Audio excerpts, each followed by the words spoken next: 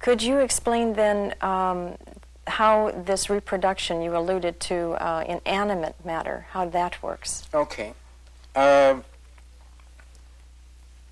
us say that the information for the structure of a molecule, for example, in the growing of a crystal, that information does not reside within the growing system itself. In animate matter, however, the information resides within the growing system, and that information is encoded in what we call nucleic acids, in particular DNA. And the viruses that we looked at before, they are RNA viruses, and some types of RNA can encode information for the structure of molecules. So in living system, it's as though the life force becomes more involved in matter, and so that its ability to direct the construction of components becomes indwelling rather than residing outside. So we have a system in living systems, we have a situation where a cell is able to reproduce itself. A crystal is not able to reproduce itself. Does that make the distinction then? I've heard you use the term dead matter. What do you mean by dead matter, and when does it become alive? Dead matter is a dangerous term to use, frankly, because, again, from a Rosicrucian point of view, if we're talking about vital life force and the life force manifesting at every level, then there can be no such thing as dead matter.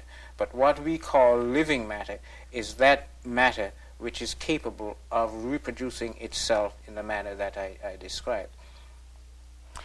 Do you have an example? I'm not sure I understand what you're talking about as far as in the animate matter, where the vital life force has anything to do with the reproduction from within. Okay, if I understand. Before we get to that, I want us to look at a particular film strip we have dealing with a slime mold.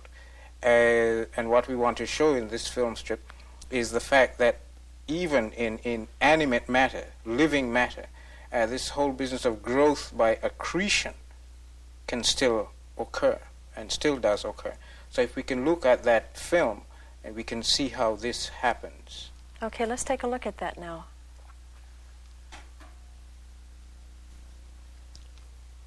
Here we have millions, literally millions of cells, individual cells, which make up the slime mold.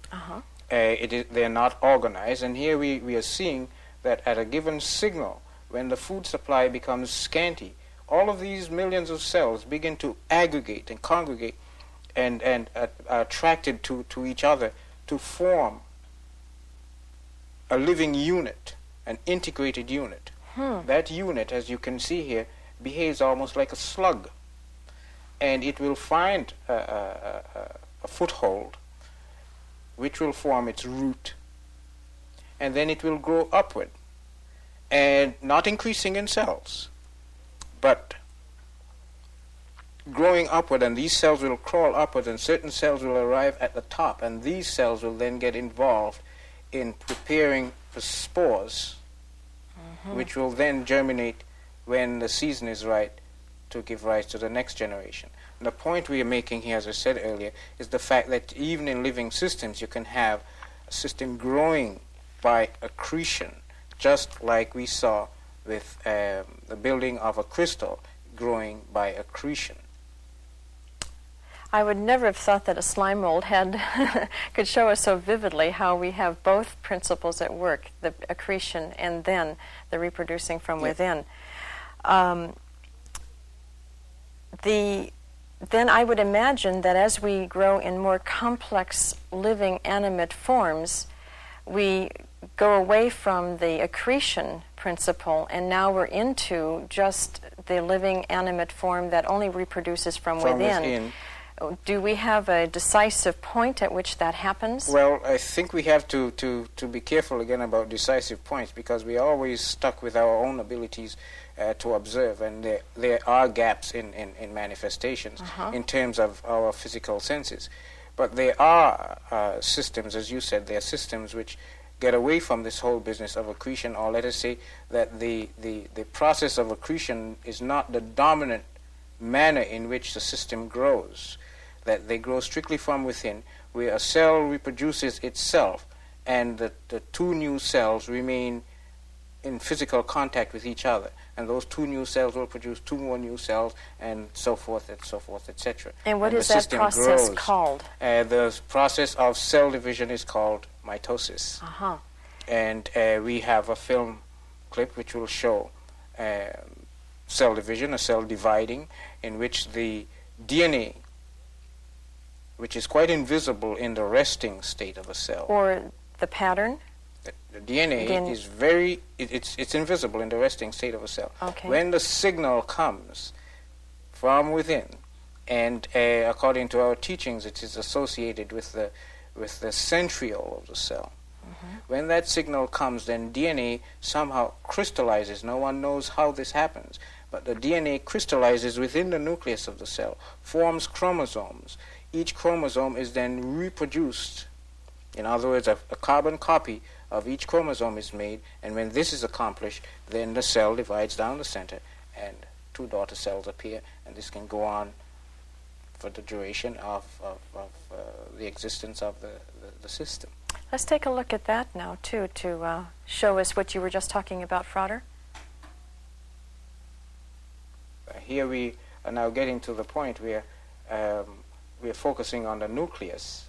In the nucleus, the threads that you're looking at there, those are DNA molecules that are aggregating. It's beginning to crystallize. I see. So you're still having crystallization even in a living system. Uh-huh. And then the DNA molecules are reproduced, and here we're beginning to look at the separation of the reproduced chromosomes, and pretty soon you will see a partition come down the center of the cell, in which there we have the separation. Then the partition will appear, and then you'll end up with two cells. And each of those two cells can then reproduce themselves, and so on, and so on, and so on. The process of cell division is called mitosis. Uh-huh. So, Mary, having seen how cells divide in growing systems, let's just have a look at an actual system in the growing stages, and we'd be looking at young plants, seedlings, growing out of the earth, reaching towards the greater light. Oh, wonderful. And you can see as they break through the soil, how they sort of vibrate, and they're actually finding their way. Tremendous intelligence at work there. Tremendous intelligence. And that's all due to the fact that cells are actually dividing in that system and creating the increase in mass. In all the examples you've shown today, there's that evidence of direction, or Yes. that directive yes. force of vital life force. It's just an Yes. excellent example. And also from all that we've seen today, it looks like there is this underlying intelligence that's inherent in the cells. But to me, intelligence implies purpose and direction, which again brings us back to this directive influence Yes. of vital life force. But also we see that there's a pattern, or at least I feel that there's a pattern somewhere around here that determines the structure of the cells and other material manifestations. Could you tell me where this pattern is? Well, it's a good question. Most people, as far as living systems are concerned, most people would suppose that the pattern is in DNA. But this can't be, and we'll have a little more to say about that. But if we start with the cell and say there's a pattern to a cell, we find that the cell is made up of molecules, various types of molecules. Mm-hmm. Why the cell should take up a circular or spherical shape is not necessarily inherent in those molecules. Why not? Well, because molecules, if you throw molecules together, they will not form a cell. You can take all of those molecules that make up a cell, throw them together into a test tube, and they will not make a cell. Oh, okay. So what is the underlying... Then you can go backwards and say, okay, let's look at molecules. Molecules are made up of atoms. Mm-hmm. Now, if you take all of the atoms that make up a particular molecule and throw them together in a test tube, you will not get that atom. Mm-hmm. So there is a directive force that determines how these atoms are going to be linked to form this particular molecule. If we go farther back and look at atoms, atoms themselves are cellular because they have a central positive center nucleus which is surrounded by negatively charged electrons. If you take a positive nucleus and throw an electron at it, you won't necessarily get an atom. So again, there is some directive force that determines how things are shaped. We can go back to the electron. Nobody knows the shape of the electron, and no one has really seen the electron. We've seen its effects. It's so nebulous that we have to speak of it in terms of probabilities. And beyond the electron, we have energy. So where's the pattern? Good question. And as I said, we'll have more to say about that later. Personally, my feeling is that it's at least the level of the subconscious mind. Could you give me more of an explanation now where you've just touched on a very complex subject about the subconscious mind? And I think we need some more explanation about what you're... Okay, let's look at a cell. Let's look at the fertilized egg of a human. In that fertilized egg, you have DNA from the father and DNA from the mother. So that half the DNA in that cell is from the father and half from the mother. The DNA contains information for the structure of molecules. As I said, in terms of cells, there is no way known to take those molecules, throw them in a test tube, and get a cell. So there is a directive force that determines the structure of the cell. And also an intelligence, too? Of course, it has to be intelligent. Okay. The cell will then divide, as we saw, and continue to divide. But it's producing, because each cell is genetically identical, we then have to ask ourselves, how do we get muscle? How do we get bone? How do we get hair? How do we get lung? These cells have to be given directions as to how to change into muscle and bone and lung and hair. There is a direction. DNA does not have that direction. Why? Because if you throw a fertilized egg into a test tube and give it all of the nutrients that are required, you will not get a human baby. As a matter of fact, when a fertilized ovum is placed in a test tube, as they do with test tube babies, it has to be reimplanted in the mother if they expect to have a human child. The fertilized ovum will divide in the test tube and get to a certain stage, which is called the blastula, and will not go any further. It requires direction, and that direction is not in the DNA. If it were in the DNA, then you could put it in a test tube and away you go, no problem. So it sounds like that's what we could say as far as a vital life force not being present in the unborn baby, per se, if it were on its own as in the test tube. No, we are not saying that vital life force is not present in the unborn baby. We are saying that a higher aspect, a higher vibratory frequencies, let us say, of vital life force are required to direct the lower vibratory frequencies of spirit energy and the life force that is naturally in each of those cells. In just the organizing. To direct them in the organization and how this must go and that must go. As a matter of fact, all of this is under the control of hormones. Okay. And hormones, according to our teachings, hormones are produced by glands which are associated with psychic centers, which then speaks of the psychic body, so that in terms of the human baby, the intelligence which directs the unfoldment of that form resides in the psychic body or the psychic nature of the mother and not in the DNA. Okay. Now, in the baby, let's say we have a living baby now. The baby doesn't know how to do all kinds of things, but can we say that baby is conscious or has self-consciousness? Okay. This business of self-consciousness is a very touchy situation, and we have to kind of weave back and forth. For the member who needs to know or to have some sort of internal experience in order to understand what we are going to say, because you can't really understand from an intellectual point of view. The intellect is not enough to give you this type of understanding. The member would have to go through a set of, let's call them assumption exercises, pretending that you are a pebble, for example.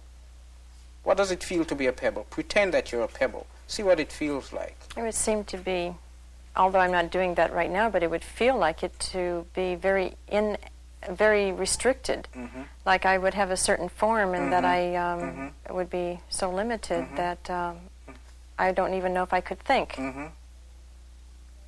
But do you know? But would I know? Well, do you have awareness? If you're talking about feeling limited, you obviously I have have awareness. that awareness Exactly. of being limited. Okay. Yes. And what would it be like to be a seed, for example? Just feeling that right at the moment, I would feel that there's something happening within that see that there is a potential, or that something could happen to me. There would feel like there's a growth taking place somehow, or the potential to become something more. And if we there's were more one of of a those, life. There's more life feeling than a pebble. And if we were one of those seedlings that we saw earlier in the film strip, it'd almost be like you're dancing.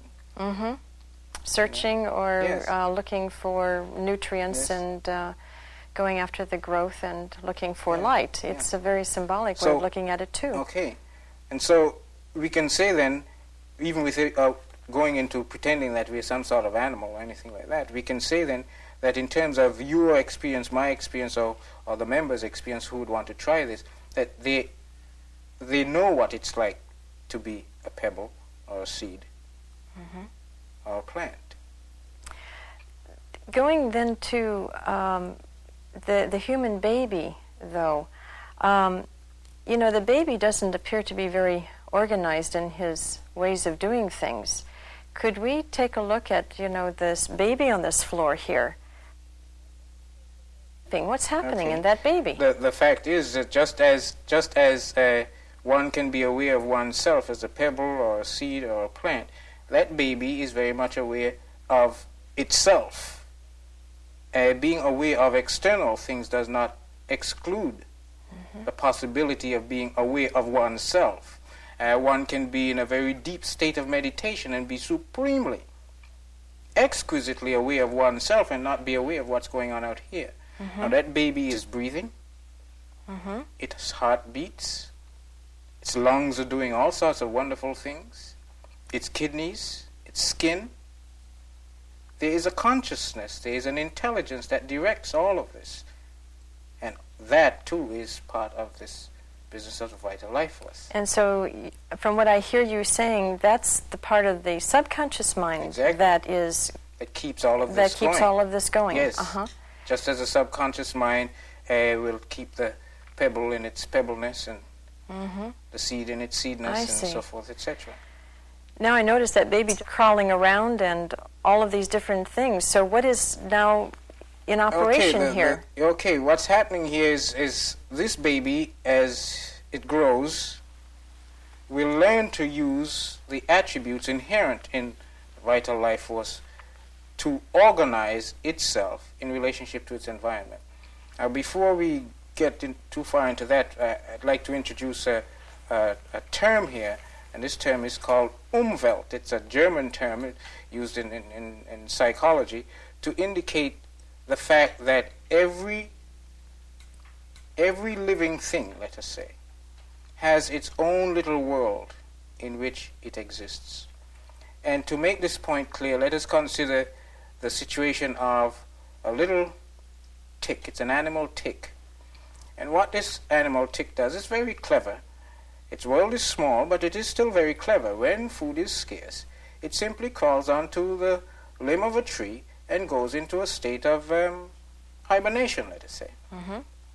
And it can last that way for years. Experiments have been done in which these things have been kept on a twig for 15 years. What wakes it up? As soon as this little tick perceives the vibrations associated with perspiration, which is based on molecules, suddenly it wakes up. Fascinating. It wakes up. Nothing else will wake it up. So in terms of this concept of the Umwelt, its Umwelt is very tiny. And so as we move up the scale, the ladder of quote-unquote evolutionary forms, we find that the Umwelt gets wider and wider and wider. And in terms of the human, that Umwelt is the widest of all known living things. What this baby will do is to use the forces, the energies, the attributes associated with the vital life force in its being to organize its own internal nature, its own personality in relationship to its Umwelt, which means its parents, you, me, the smog, whatever is happening out there in its environment, it will develop its own relationship with those. Thank you, Father Wilson, for all of your comments thus far, and certainly your most interesting insights on this fascinating subject. In this part of the program, we began our discussion by looking at the forces of nature and how they manifest. We have followed spirit energy and vital life force as organizing principles through the realms of crystallography and cell division. In Part 2, we will explore these principles in relation to aspects of consciousness and Rosicrucian ontology. We have thoroughly enjoyed being here for this portion of the program on Nous, and we do hope you will join us in Part 2 for the remainder of our discussion.